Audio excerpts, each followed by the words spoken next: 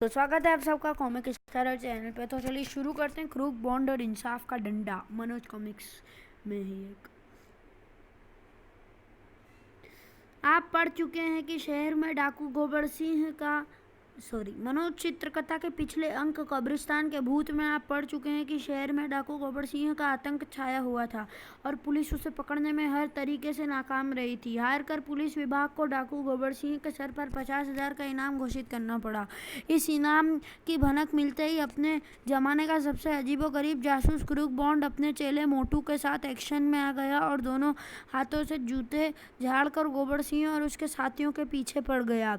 चक्कर पे चक्कर खाता और दिमाग के घोड़े दौड़ाता संयोग से वह शहर से बाहर बुने पूरे कब्रिस्तान में पहुंच गया, जहां के बारे में मशहूर था कि वहां भूत बसते हैं। वहां पहुंचते ही वास्तव में उनका सामना जीते जागते भूतों से हुआ। फलस्वरूप क्रूक बॉन्ड और उसके चेले मोटू को अपनी लंगोटी थाम कर भागना पड़ा, परंतु क्रूक बॉन्ड ने हार नहीं मानी और दूसरी बार अपने चेले कुत्ते मनमौजी के साथ कब्रिस्तान की खाक छानी। इस बार मनमौजी ने फिर पिछले केस की तरह उसका साथ दिया और क्रूक बॉन्ड को एक महत्वपूर्ण सूत्र जुटा दिया। वह सूत्र एक लिबास था जिस पर रेडियम से कंकाल का खाका बना था, और वह लिबास पहनने वाला व्यक्ति सचमुच का भूत लगता था। उस लिबास के हाथ में आते ही क्रूक बॉन्ड उसी रात मोटू और मनमौजी के साथ पुनः कब्रिस्तान में जा धमका। आगे क्या होता है यह प्रस्तुत चित्रकथा में पढ़ें। अब आगे मोटू कब्रिस्तान का पुराना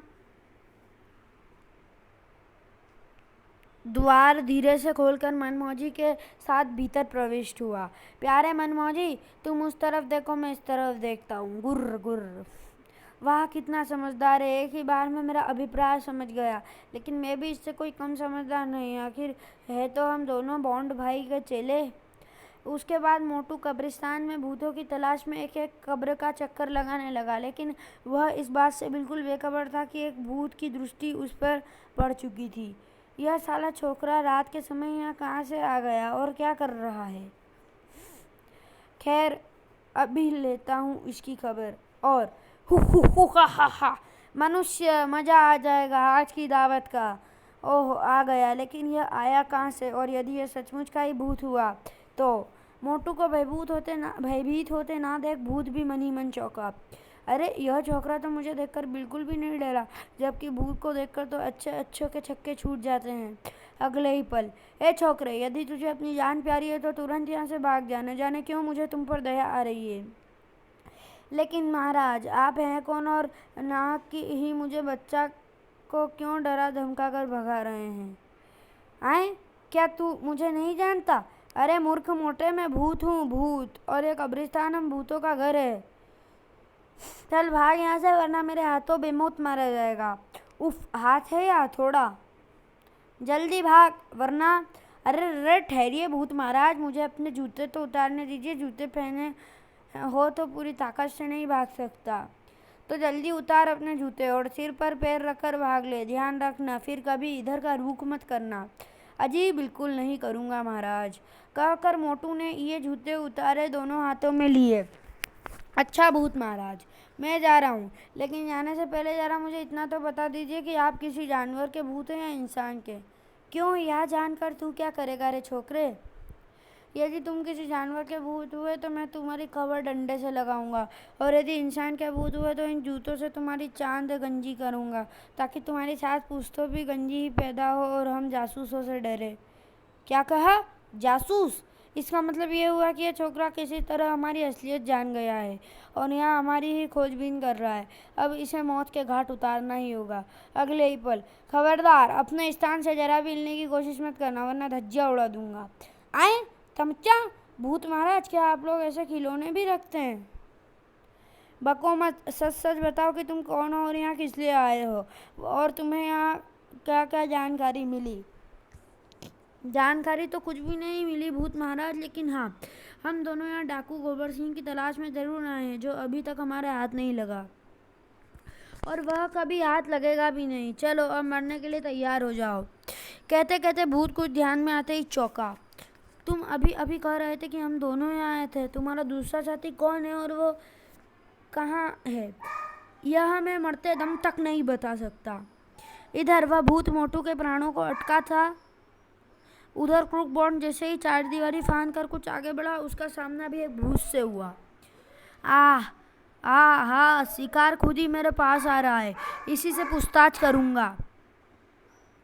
हाँ, शिकार खुद ही मेरे पास आ रहा है, इसी से पूछताछ करूंगा। यार जरा माचिस देना, जोरों से बीड़ी की तलब लग रही है। अबे मरना चाहता है क्या? सरदार को यदि भनक पड़ गई तो वह मार मार कर तुम्हें ही बीड़ी का बंडल बना देंगे। सरदार कहाँ है यहाँ जो उसे मालूम पड़ेगा। तुम माचिस निकालो। ना बाबा ना, मैं सरदार के हुक्म की अवहेलना नहीं कर सकता। भलाई इसी में है कि तुम भी बीड़ी की तलब छोड़ो और गश्त लगाओ। क्रूक बॉन्ड भूत की बात मानने पर मजबूर हो गया। तो चलो भाई, मैं तुम्हारे साथ ही गश्त लगाता हूँ, कम से कम बातों में मन तो बहल जाएगा। ठीक है चलो।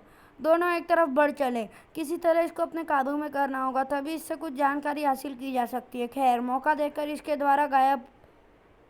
होश गायब करूँगा। अभी तो चुपचाप इसके साथ चलना ही बेहतर होगा। शीघ्र ही उनकी दृष्टि मोटू और उसे कवर किए दूसरे भूत पर पड़ी। अरे ये छोकरा कहाँ से भीतर आ गया? ओह, वह मोटू को गोली मारना जा रहा है। मुझे जल्दी ही कुछ करना होगा, वरना वो मारा जाएगा। आओ उसकी खबर लेते हैं, चलो। मैं कहता हूँ अब भी वक्त है, सब कुछ सच सच बता दो। तुम्हारा साथी कौन है और वो कहाँ है? मैं यहाँ हूँ प्यारे, और यह लो मेरे प्यार का तोहफा। आह!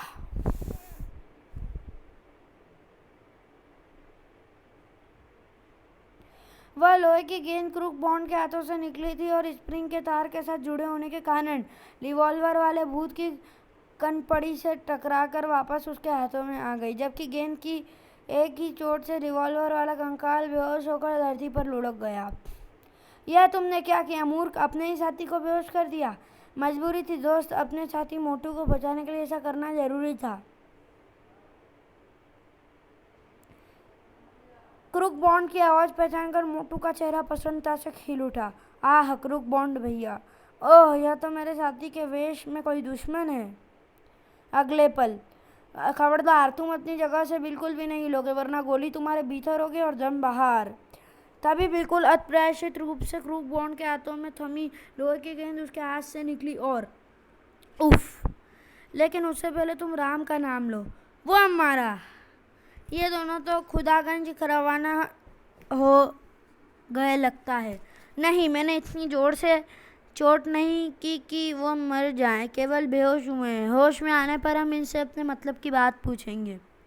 बॉन्ड भैया, ये तुमने कैसे अस्त्र ईजाद किया है? इसके बारे में तो तुमने कभी मुझे भी नहीं बताया है।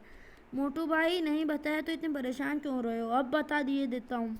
सुनो, यह शुद्ध स्टील की बनी मेरी मास्टर गेंद है। इसके साथ जो स्प्रिंग जुड़ा हुआ है, यह ठीक इसी प्रकार इस गेंद को वापस मेरे हाथ में पहुंचा देता है, जैसे बच्चे पानी के भरे गुब्बारे से खेलते हैं। वाह क्रूक बॉन्ड भैया, वास्तव में तुम्हारा दिमाग की दाद देनी पड़ेगी। क्या अस्त्र बनाया है! यह चोट करती है लेकिन आवाज़ नहीं करती। बस फालतू बातों में समय न गवा कर इन्हें उठाओ और बाहर ले चलो। किसी सुरक्षित स्थान पर ले जाकर हम इन्हें होश में लाएंगे और पूछताछ करेंगे। यहाँ कभी भी कोई और भूत आ सकता है। ठीक है चलो, एक ही टांग तुम खींचो, दूसरे की मैं खींचता हूँ। और दोनों एक एक भूत की टांग पकड़कर घसीटते हुए कब्रिस्तान की बाहर और चल पड़े। कमबख्त बहुत भारी हैं, लेकिन तुमसे ज़्यादा भारी नहीं। पिछली बार मैं खूब तजुर्बा कर चुका हूँ। कब्रिस्तान के बाहर एक सुरक्षित स्थान पर पहुंचकर क्रूक बॉन्ड ने दोनों व्यक्तियों के चेहरे की से खोपड़ी नुमा टोप हटा दिया। लेकिन बॉन्ड भैया,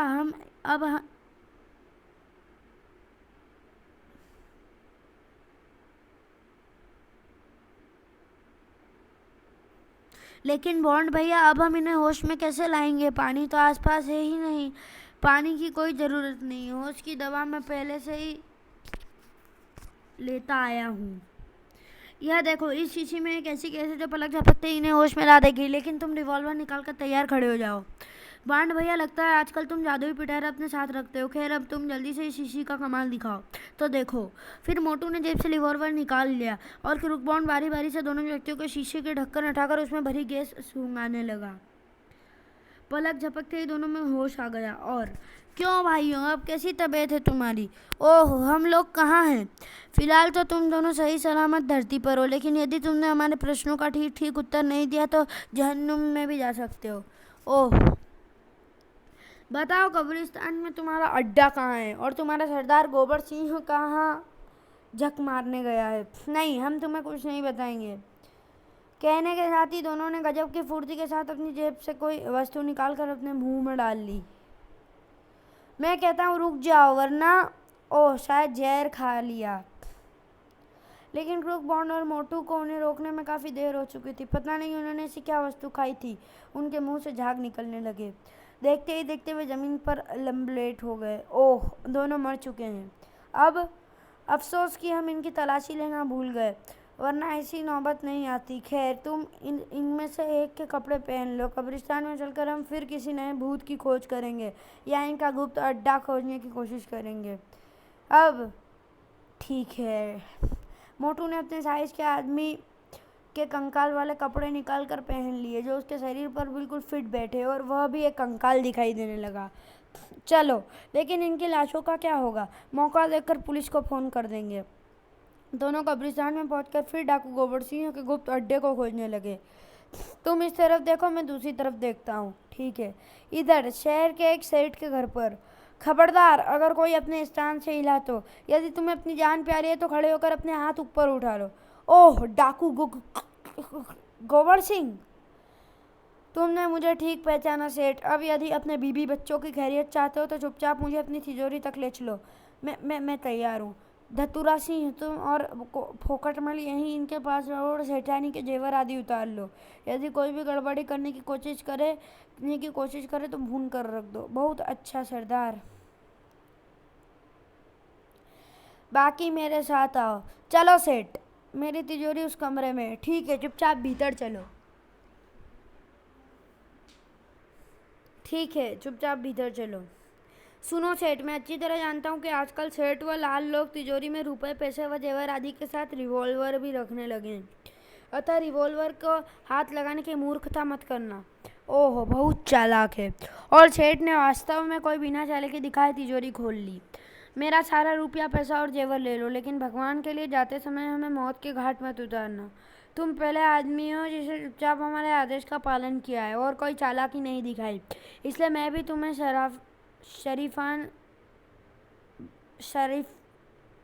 शराफत से बर्ताव करूँगा। चलो साथियों, जल्दी से सारा माल समेट लो और निकल चलो। आज के लिए इतना ही काफ़ी है। उसके साथ ही तुरंत तिजोरी का माल एक थैले में भरने लगे। सेठ, अपने हाथों से सारी अंगूठियां और गले की पड़ी चेन भी उतार कर थैले में डाल दो। जल्दी करो, वर्मा। नहीं, गोली मत मारना, मैं अभी उतार देता हूँ। सेठ ने झटपट अंगूठियां और चेन उतार कर थैले में डाल ली। जल्दी करो सुअरो। बस, सरदार निपट गया। पूरी तिजोरी साफ करने के पश्चात वे सब सेठ के साथ उसी कमरे में पहुंचे जहां सेठ की बीबी बच्चे एकत्रित थे। सुनो सेठ, हम तुम सबको जिंदा छोड़े जा रहे हैं, लेकिन खबरदार, पुलिस को खबर करने की मूर्खता मत करना, वरना पुलिस के हम तक पहुंचने से पहले ही तुम सब दूसरी दुनिया में पहुंच चुके होगे। नहीं, हम पुलिस को खबर नहीं करेंगे। चलो साथियों, बाहर निकलकर गोबर सिंह और उसके साथी एक बंद वैगन में सवार हुए और वैगन पुराने कब्रिस्तान की ओर चल पड़ी। इधर गोबर सिंह और उसके साथियों के वहां से जाते ही सेठ तेजी से फ़ोन पर निकटवर्ती पुलिस स्टेशन के नंबर डायल करने लगा था। सेठ का बंगला किरानगंज इलाके में आता था और उस इलाके के पुलिस स्टेशन का इंचार्ज थानेदार पटाक सिंह था। क्रूक बॉन्ड का पिता हवलदार धमाक सिंह भी उसी स्टेशन पर नियुक्त था और पटाक सिंह का माथान था। वारी किस्मत, कल तक जो मेरा कुलीग था, आज वही मेरा अफसर बन बैठा है। और अफसोस कि यह सब मेरे ही कपूत अनोखे लाल जासूस की धूम क्रूक बॉन्ड के कारण हुआ है। भगवान जाने मुझे कब तरक्की मिलेगी और कब मैं इस पटाक सिंह के बच्चे को नीचा दिखा सकूंगा। अचानक टेलीफोन की घंटी बजने लगी। बज गई घंटी, अब जरूर परेड करनी पड़ेगी। भगवान करे फ़ोन किसी केस के सिलसिले में न हो। ट्रीन, इतनी रात गए, किस पर मुसीबत आई। Hello, inspector Patak Singh speaking from Kishanganj police station. Inspector साहब, जल्दी से डाकू गोबर सिंह को पकड़िए, वह मेरा सब कुछ लूट कर ले गया है। क्या कहा? डाकू गोबर सिंह? आप कहाँ से बोल रहे हैं और डाकू गोबर सिंह किस तरफ गया है? अरे बाप रे, गोबर सिंह, लगता है अब हमें उसके चक्कर में हलाल होना पड़ेगा। मैं सेन रोड बंगला नंबर E32 से सेठ धनीराम बोल रहा हूँ, लेकिन मैं यह बताने में असमर्थ हूँ कि वह हमें लूटकर किधर फरार हुआ है। परंतु हाँ, मुझे इस बात का पूरा विश्वास है कि अभी वह शहर से बाहर नहीं निकल पाया होगा। ठीक है, मैं शहर की तमाम पुलिस चौकियों को खबर किए देता हूँ। आप निश्चित रहिए, इस बार हमारी पकड़ से वह बच नहीं पाएगा। संबंध विच्छेद करने के बाद पटाक सिंह ने जल्दी कई पुलिस स्टेशनों के नंबर मिलाए और उन्हें गोबर सिंह के बारे में आगाह करने के बाद रिसीवर क्रेडिल पर रखता हुआ धमाक सिंह से बोला, हवलदार, जल्दी से सिपाहियों को तैयार होने का हुक्म दो। डाकू गोबर सिंह ने आज फिर एक सेठ की लूट लिया है। हमें इसी समय उनकी खोज में रवाना होना होगा। Yes sir. और हवलदार धमाक सिंह तुरंत कमरे से निकल गया। जब से थानेदार बना है, कमबख्त ने मेरी मिट्टी खराब करके रख दी है। वह मुझे हवलदार कहता है और मुझे उसे सर कहना पड़ता है। कुछ ही देर बाद किशनगंज पुलिस स्टेशन से सिपाहियों से भरी 2 जीपें निकलकर तीव्र गति से एक तरफ दौड़ पड़ी। हे प्रभु, रक्षा करना। गोबर सिंह जैसे खतरनाक खूनी डाकू से आमना सामना नहीं हो तो अच्छा है, लेकिन खुशकिस्मती से कहो या बदकिस्मती से, कुछ ही देर की भाग दौड़ के पश्चात उन्हें उसी रंग की स्टेशन वैगन दिखाई दे गई जैसे रंग की स्टेशन वैगन के बारे में सेठ धनीराम ने पटाक सिंह को बताया था। ड्राइवर, जीप को उस स्टेशन वैगन से आगे ले चलो, मैं उसे चेक करना चाहता हूँ, कहीं उसी में डाकू गोबर सिंह और उसके साथी सवार तो नहीं है। Right sir. अगले ही पल जीप ड्राइवर ने स्पीड बढ़ाई और हॉर्न बजाता हुआ जीप को स्टेशन वैगन से आगे ले जाने की कोशिश करने लगा। पीप पीप। उस स्टेशन वैगन में वास्तव में डाकू गोबर सिंह और उसके साथी सवार थे। अचानक ही पीछे आते हॉर्न की आवाज़ सुनकर ड्राइवर ने बैक गियर पर नज़र डाली और उनके ही पल भर बुरी तरह बौखला उठा। गजब हो गया सरदार, 2 पुलिस जीपें हमारे पीछा कर रही है और हमसे आगे निकलने की कोशिश में है। क्या? स्पीड तेज करो और उन्हें डॉस देने की कोशिश करो। बहुत अच्छा सरदार। अगले ही पल, सर, उन्होंने वैगन की गति बढ़ा दी है, शायद भाग निकलने की कोशिश में है। जरूर कोई गड़बड़ हो। तुम स्पीड बढ़ाओ और उन्हें हर कीमत पर रोकने की कोशिश करो। Right sir. लेकिन जब काफ़ी कोशिश करने के बावजूद भी पुलिस जीप का ड्राइवर डाकू गोबर सिंह के स्टेशन वैगन से आगे निकल पाने में सफल नहीं हो सका तो पटाक सिंह ने उसके टायरों पर फायरिंग करनी शुरू कर दी। धाएं धाएं। सरदार, यदि वह टायर पंचर करने में सफल हो गए तो हम सबकी सारी ज़िंदगी या तो जेल में कटेगी या फिर हमारी गर्दनें फांसी के फंदे में झूल रही होगी। ठहरो, मैं अभी उनकी अकल दुरुस्त किए देता हूँ। मेरा निशाना आज तक नहीं चुका। अगले ही पल, धाएं धाएं। गोबर सिंह का निशाना वास्तव में अचूक था। उफ, ब्रेक लगाओ। अरे बाप रे, फटा। जीप चालक एक कुशल चालक था, किसी तरह उसने जीप पर काबू पा लिया, लेकिन तब तक डाकू गोबर सिंह की वैगन उनकी नज़रों से ओझल हो चुकी थी। बाल बाल बचे। वह तो ठीक है धमाक सिंह, लेकिन सवाल यह पैदा होता है कि अब उस वैगन का पीछा कैसे करें। मुझे तो पूरा विश्वास होने लगा है कि डाकू गोबर सिंह उसी वैगन में था। सर, यदि उस वैगन में डाकू गोबर सिंह होगा तो वह ज़रूर पुराने कब्रिस्तान की तरफ गया होगा। मैं जल्दी से स्टेपनी बदल देता हूँ। ईश्वर ने चाहा तो उसके वहाँ पहुँचते हम भी वहाँ पहुँच जाएंगे। फिर दूसरी जीप भी पीछे आ रही है, चाहे तो आप उसमें बैठकर चले जाएं। गुड, तुम वास्तव में होशियार हो। चलो, लग जाओ अपने काम पर। यानी जान अब भी नहीं छूटी, अब कब्रिस्तान में भी जाना पड़ेगा। यदि वहाँ भूत मिल गए तो हे भगवान, तू ही रक्षा करना। उधर शहर से बाहर पुराने कब्रिस्तान में क्रूक बॉन्ड और मोटू डाकू गोबर सिंह के गुप्त अड्डे को तलाश करने में बिल्कुल असफल रहे थे। बांड भैया, अब क्या करें, मेरी तो टांगें दुखने लगी है। पता नहीं उन डाकुओं का गुप्त अड्डा कहाँ है, ज़मीन पर ही है या आकाश में। मूर्ख, आकाश में सिवाय भगवान के और किसी का अड्डा नहीं है। डाकू गोबर सिंह का यही ज़मीन पर है। यह दूसरी बात है कि वह हमें मिल नहीं रहा। तभी अरे, ये आवाज़ कैसी? किसी गाड़ी के इंजन की आवाज़ मालूम पड़ती है। शायद वह इसी और आ रहे हैं। आओ देखते हैं। दोनों कब्रिस्तान के फाटक पर पहुंचे। बांड भैया, वह गाड़ी तो इसी तरफ आ रही है, लेकिन कौन लोग हो सकते हैं उस गाड़ी में? अरे मोटू, जरा अकल से काम ले। डाकुओं के अलावा भला और कौन हो सकता है उस गाड़ी में? तब तो हमें तुरंत छिप जाना चाहिए। अबे घोचू, इस समय हम उनके ही साथियों के वेश में हैं और शायद यहाँ के पहरेदार हैं। हमें उनके आने का इंतजार करना होगा। हाँ, मनमोजी को अपने पास से जरूर हटना पड़ेगा। चेले मनमोजी, जा तू जल्दी से कहीं छिप जा। आज्ञाकारी। मनमोजी तुरंत एक कब्र के पीछे छिप गया। आओ, हम दोनों भी भीतर गश्त लगाते हैं ताकि उन्हें हम पर संदेह ना हो। ठीक है, चलो। परंतु स्टेशन वैगन कब्रिस्तान के फाटक पर रुकी नहीं, बल्कि और आगे बढ़ती चली गई। अरे वैगन तो आगे चली गई। यदि उसमें डाकू थे तो वहाँ यहाँ क्यों नहीं रुके? कोई बात अवश्य है। ठहरो, मैं मनमोजी को उसके पीछे लगाता हूँ। अरे मनमोजी, जल्दी इधर आ। मनमोजी ने जैसे क्रूकबॉन्ड की बात समझी, वह तुरंत उसके निकट पहुंचाया। चेले मनमोजी, अब तेरी परीक्षा की घड़ी है। चल दिखा अपना कमाल और ला डाकुओं का पता निकाल। मनमोजी तुरंत स्टेशन वैगन के पीछे दौड़ पड़ा। स्टेशन वैगन कब्रिस्तान से काफी आगे जाकर एक समतल स्थान पर रुकी, जिसके आगे जंगल का सिलसिला था। बांके, तुम लिफ्ट का बटन ऑन करो जल्दी। बहुत अच्छा सरदार। बांग के सामने खड़े पेड़ के तने में बने छिद्र में हाथ डालकर कुछ टटोलने लगा। फिर बांके ने न जाने क्या हरकत की। वह समतल स्थान जहाँ की डाकू गोबर सिंह और उसके साथी खड़े थे, किसी लिफ्ट के सामान नीचे की तरफ धंसने लगा। जल्दी आओ बांके। वह लिफ्टनुमा समतल जमीनें काफी गहराई में से एक बड़े से हाल में रुकी और डाकू गोबर सिंह और उसके साथी वैगन समेत लिफ्ट से हॉल के फर्श पर पहुंच गए। उनके नीचे उतरते ही लिफ्ट अपने आप की ओर ऊपर चल पड़ी।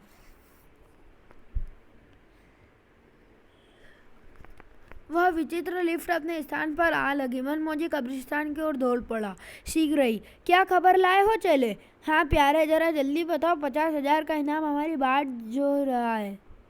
भौं भौं भौं। ओह, मनमोजी तो हमें अपने साथ चलने का इशारा कर रहा है। शायद यह हमें कुछ दिखाना चाहता है। चलो चलकर देखते हैं।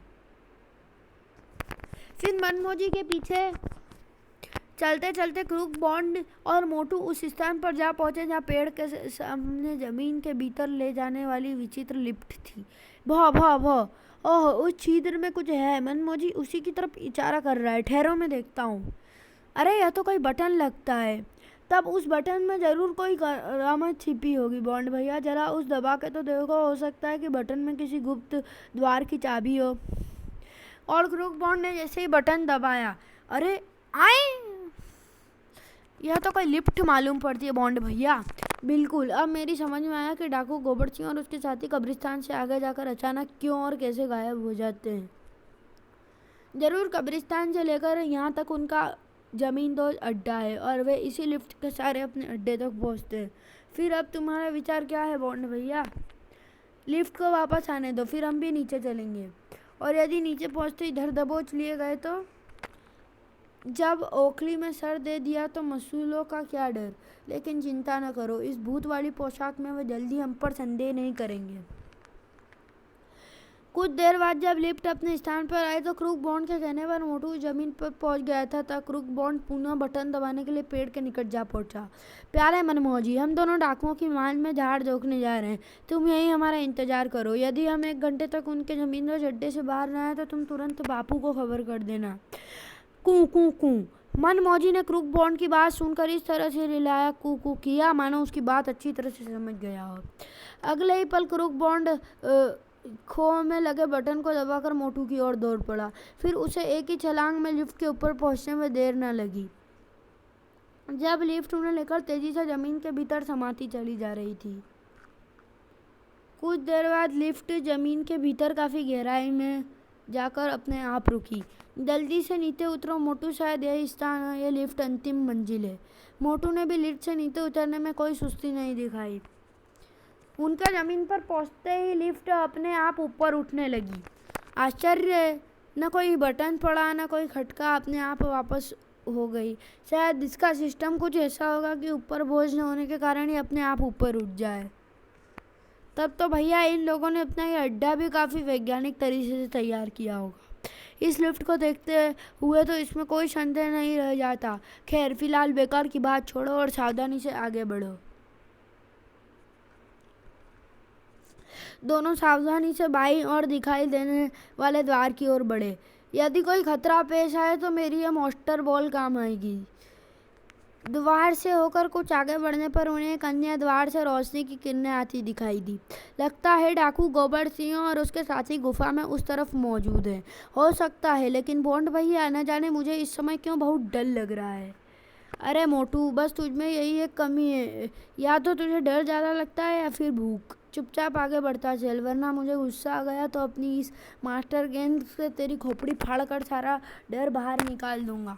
ठठ ठठ, ठीक है, चलता हूँ। लेकिन दूसरी ओर पहुँचते ही, ए रुको, कहाँ चले आ रहे हो? सरदार के पास एक ज़रूरी काम है। लेकिन तुम्हारी ड्यूटी तो कब्रिस्तान पर थी, फिर तुम दोनों ड्यूटी छोड़ कर यहाँ क्यों चले आए? क्या तुम्हें सरदार का हुक्म याद नहीं?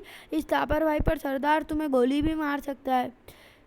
कहा ना, हमें सरदार से जरूरी काम है, बेकार हमारा समय बर्बाद मत करो। कहने के साथ ही क्रूक बॉन्ड मोटू के साथ आगे बढ़ चला। भीकू, मुझे तो दाल में कुछ काला नजर आ रहा है। ये दोनों नकाब पहने ही सरदार से मिलने जा रहे हैं, जबकि यहाँ का नियम है कि कोई भी नकाब में नहीं रहेगा। अरे मैंने तो इस बात पर ध्यान ही नहीं दिया। ठहरो, अभी इन्हें चेक करते हैं। ठहरो, नंबर 1 और नंबर 2। क्यों, अब क्या परेशानी है? हे भगवान, कहीं इन्हें हम पर शक तो नहीं हो गया? क्या तुम दोनों यहाँ का नियम भूल गए कि यहाँ पर नकाब पहनने पर सख्त मनाही है? चलो जल्दी से अपने नकाब उतारो, वरना मारे गए। अब क्या होगा? नकाब उतारते हैं तो फंसते हैं, और नहीं उतारते हैं तो भी। सोच क्या रहे हो? जल्दी से नकाब उतारो, वरना मैं गोली मार दूंगा। पहरेदार की तेज आवाज़ सुनकर वहाँ मौजूद अन्य डाकू तुरंत उनके इर्द गिर्द एकत्रित हो गए। क्या बात है भीकू, तुम इन पर गर्म क्यों हो रहे हो? ये दोनों नकाब पहने ही सरदार से मिलने जा रहे हैं। मुझे संदेह है कि कहीं पुलिस के आदमी तो नहीं। वैसे भी कहने पर ये चेहरे से नकाब नहीं हटा रहे हैं। तुम्हारे, मैं अभी इनको नकाब उतारता हूँ और इसकी मदद मैं करता हूँ। जल तू जलाल तू, आई भला को टाल तू। अगले ही पल, आए हैं? अब खैर नहीं। अरे पुलिस के भेदिए!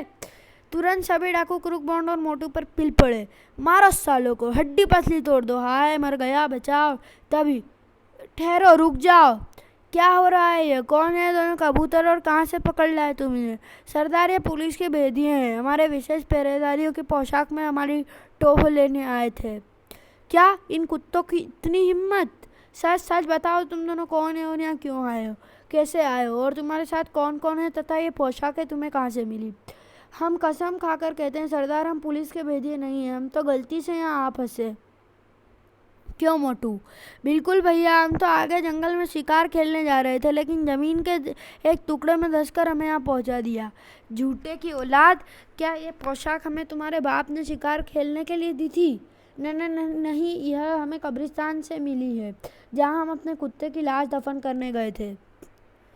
अरे तीतर की औलाद, यह तेरा सच नहीं बताने वाले, इन्हें सच से उल्टा लटका दो। हाय मर गया, उफ। अनान फनान में सरदार की आज्ञा का पालन हुआ। अपनी जान को झमेले में नहीं डालना चाहते हो तो अब भी सब कुछ सच सच बता दो। हमने जो कुछ कह रहे हैं वह सच ही कह रहे हैं सरदार, दया करके हमें छोड़ दीजिए, हम अखबारों में तुम्हारा बुरी बुरी प्रशंसा कर देंगे। उफ, कमीने अब भी अपनी जिद पर अड़े हुए हैं। कालू टल्लू, अंगीठी गर्म करके इनके नीचे लगा दो, या तो ये सच बोलेंगे वरना हम इन्हें भून कर खा जाएंगे। हाय, तो हमारी मौत इस जश्न के साथ होगी। उधर जमीन तो जड्डे के ऊपर 1 घंटे से ऊपर हो गया है। लगता है गुरु और चेले गए काम से। मुझे जल्दी ही चलकर गुरु के खसूट बाप को खबर करनी चाहिए। मनमोजी बहुत तेज दौड़ा, लेकिन कब्रिस्तान के निकट पहुंचते ही पुलिस की गाड़ी लगती है। चलो यह भी अच्छा हुआ, और लंबी दौड़ नहीं लगानी पड़ेगी। वह वास्तव में पुलिस जीप थी, जिसमें थानेदार पटाक सिंह के साथ क्रूक बॉन्ड का पिता धमाक सिंह भी सवार था। अरे मनमौजी, ड्राइवर, गाड़ी उस कुत्ते के पास रोको। जी साहब। कूं कूं। क्यों बे कुत्ते की दुम, तू यहाँ क्या कर रहा है और तेरा गुरु कहाँ है? भौं भौं। आए, मुझ पर गुर्राता है? यह डंडा देखता है, सारे दांत बाहर निकाल दूंगा। ठहरो हवलदार, यह तुम पर भौंक नहीं रहा बल्कि हमें कुछ बताना चाह रहा है। भौं भौं। देखो वह कहीं जा रहा है, हमें उसका पीछा करना चाहिए, आओ मेरे साथ। मनमौजी उन सबको लेकर उसी पेड़ के नीम पहुंचा जिसमें जमींदेज लिपट का बटन लगा था। शायद तने में बनी खो में कोई खास चीज है, ठहरो मैं देखता हूँ। पटाक सिंह ने वृक्ष के निकट पहुंचकर खो में हाथ डाला। अरे यहाँ तो कोई बटन लगता है। और जैसे ही पटाक सिंह ने उस बटन को दबाया, अरे ओ जल्दी से मेरे पीछे आओ, शायद हमें हमारी मंजिल मिल गई। मनमौजी समेत सभी सिपाही ने सभी नीचे जाती उस जमींदेज लिपट पर छलांग लगा दी।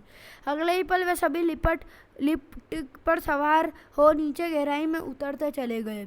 अपने अपने हथियार संभाल लो, मुझे विश्वास है कि जल्दी हमारा सामना डाकू गोबर सिंह और उसके आदमियों से होने वाला है। ओह, तो हम डाकू गोबर सिंह के अड्डे में जा रहे हैं। हे भगवान मेरी रक्षा करना, वरना अनोखे की माँ विधवा हो जाएगी। इधर अड्डे में क्रूक बॉन्ड और मोटू की बड़ी दुर्दशा हो रही थी। तुम्हें सब कुछ सच सच बताना ही पड़ेगा कुत्तों, वरना मैं मार मार कर तुम्हारी खाल उतार दूंगा।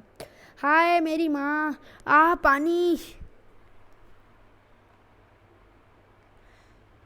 मेरे प्रश्नों का जवाब दो, बाद में तुम्हें पानी क्या शराब पिला दूंगा। बताओ कहाँ तक कैसे पहुँचे और कौन कौन है तुम्हारे पास। हमें कुछ नहीं मालूम, हमें छोड़ दो। आह पानी। ओह, तो तुम दोनों मरना ही चाहते हो। गूंग, भून दो इन दोनों मुर्गों को। इससे पहले कि गूंग क्रूकबॉन्डो का निशाना लेकर गोली चला पाता, थाए थाए। आह, खबरदार जो किसी ने भी अपने स्थान से हिलने की कोशिश की। बाप रे, आम पुलिस। ओह, तो पुलिस भी यहाँ तक आ पहुंची। साथियों, मारो या मरो, वरना सारी जिंदगी जेल में सड़ना पड़ेगा। लेकिन इससे पहले कि डाकू गोबर सिंह और उसके साथी अस्त्र शस्त्र संभाल पाते, फायर! दाएं दाएं, उफ, मैं तो भागूं। तभी रस्सियों के सहारे झूलते हुए क्रूक बॉन्ड और मोटू ने हवा में एक जबरदस्त हिलारे की और आई, भागकर कहाँ जा रहे हो प्यारो गोबर की औलाद, जरा इंसाफ के डंडे का खाक तो चखते जाओ। तड़ाक, हाय मर गया। धमाक सिंह और कुछ सिपाहियों ने सुनहरे मौके को जाने नहीं दिया। शीघ्र ही सिपाहियों ने डंडे मार मार कर गोबर सिंह को बेहोश कर दिया। बस भी करो बापू, यह बेहोश हो गया है। अब क्या इंसाफ का डंडा तोड़ने का इरादा है? इसका पीछा छोड़ो और हमें खोलो। उल्टे लटके लटके हम चमगादड़ बन गए। ओह, धमाक सिंह ने जल्दी क्रूक बॉन्ड और मोटू को मुक्त कराया। तब तक पराका सिंह भी बचे कुचे डाकुओं को गिरफ्तार कर चुके थे। शाबाश भतीजो, इस कुख्यात डाकू को गिरफ्तार करवाकर तुमने कानून और व्यवस्था पर बड़ा उपकार किया है। इसका तुम्हें उचित पुरस्कार मिलेगा। चाचा जी, हमारा कर्तव्य है और उपकार की क्या भेंट करें मोटू। बिल्कुल भैया। सिपाहियों, ले चलो इन सबको, अब अदालत ही इन्हें सजा देगी। चलो प्यारे मनमौजी, हमारा काम भी खत्म हुआ। हम भी घर चलें और अपनी मरहम पट्टी करें। कमबख्त गोबर ने तो हमें गोबर बना दिया। कुछ देर बाद पटाक सिंह ने नेतृत्व में पुलिस दल बेहोश गोबर सिंह और उसके बचे कुछ साथियों लेकर जमींदोज अड्डे से बाहर निकलकर शहर की ओर जा रहे थे, जबकि क्रूक बॉन्ड और मोटू अपनी विशेष मोटरसाइकिल पर सवार थे। बेटे क्रूक बॉन्ड, कल सुबह ऑफिस आकर अपना इनाम ले जाना नहीं भूलना। बिल्कुल नहीं भूलूंगा अंकल। अगले दिन सुबह, अजी सुनते हो, देखिए अखबार में हमारे लाडले अनेकों की कितनी बुरी बुरी प्रशंसा छपी है। आ गई उस कपूत की लाडली माँ, नाश कर कर रखा है इन दोनों माँ बेटों ने। भाई मैं झोंको इस अखबार को और मुझे बताओ कि तुम्हारा वो लाडला सुबह सुबह कहाँ झक मारने गया है। अजी गया होगा किसी मैदान में गुड मॉर्निंग वॉक करने। गुड मॉर्निंग वॉक, सत्यानाश। अरे भगवान, वह मॉर्निंग वॉक करने नहीं बल्कि मेरे भेजे का वॉकआउट करने गया होगा। आने दो उस मरुद को, आज मैं उसकी चर्बी छाट कर ही रहूँगा। अजी आखिर मेरे बेटे ने किया क्या है जो आप हर समय उसका हाथ झाड़कर पीछे पड़े रहते हैं? पूछो मत भगवान, उसने क्या नहीं किया है।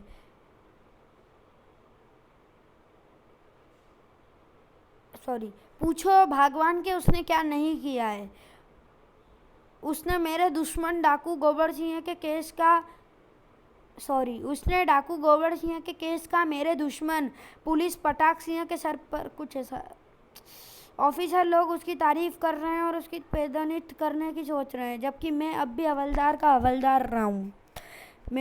दोस्तों, ये मुझे समझ नहीं आ रहा है, पर मैं आपको बता दूँ, ये कहना चाह रहे हैं कि इसका जो दुश्मन पटाक सिंह है, मतलब जो इसका अफसर है, उससे चिढ़ता है, तो जो डाकू गोबर सिंह का पकड़ने का वो इनाम है वो पटाक सिंह के ऊपर लग गया है। मतलब प्रशंसा पटाख सिंह की हो रही है। अजी इसमें मेरे बेटे का क्या दोष, यह तो सब किस्मत का खेल है। ओह किस्मत का खेल, अरे भगवान, जब तुम्हारे कुपूत को डाकू गोबर सिंह के अड्डे का पता चल गया था तो क्या वह चुपचाप मुझे खबर नहीं कर सकता था? क्या जरूरत थी उसे यह सब मुझसे छुपाने की? यदि वे रहते उस उल्लू के पट्टे ने सब कुछ मुझे एक बार में बता दिया होता तो आज भी मैं थानेदार की कुर्सी पर गर्दन अकड़ कर बैठा होता। होनी दी, जब तक मैं तुम्हारे उस कपूत की खबर नहीं लेता तब तक सब कुछ मेरे लिए हराम है। अजी अब गुस्से को थूकिए और चलकर नाश्ता कर लीजिए, बेकार नाश्ता ठंडा ही हो रहा है। तभी माँ, लो मेरा लाडला आ गया। आओ आओ मरुद, तेरी खातिरदारी के लिए मैं बिल्कुल तैयार हूँ, आज तेरी चर्बी उतार कर ही रहूँगा। ओह बापू पूरी गर्मी में लगते हैं। ओह माय डियर डैडी, आप तो हर समय कसाई बने रहते हैं, चर्बी उतारने का काम छोड़िए और बड़े लोगों की तरह समझदारी इस नगद नारायण को गिनिए। आए 100 के नोट गिन लीजिए बापू, पूरे 50,000 हैं जो डाकू गोबर सिंह पर घोषित किए गए थे। आह तू कितना अच्छा है बेटा, यहाँ मेरे गले लग जा। और शायद यह क्षण क्रूकबॉन्ड के जीवन का सबसे सुखद क्षण था। देखा आपने, नकदुओं का चश्मा चढ़ते ही डैडी जैसा खुर्राट पुलिसिया भी चेले मनमोजी राम की तरह प्यार से दुम हिलाने लगा। तो चलिए दोस्तों, समाप्त होती है कॉमिक। मिलते हैं अगली वीडियो में, तब तक के लिए गुड बाय।